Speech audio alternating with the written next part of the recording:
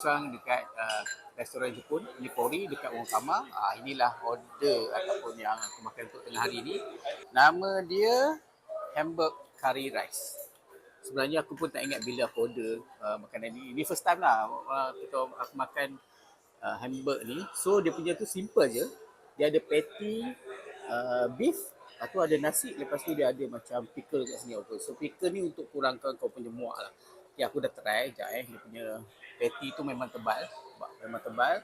Lepas tu dia punya kari ni memang macam kari biasa kari Jepun lah. So bila kau dah biasa kalau makan kari Jepun tu, dia punya rasa tu sedikit manis dan dia tak ada rasa pedas pun. Bagi aku sedap juga. Lepas tu satu lagi yang aku kena ingat, ini ada saffron, okey.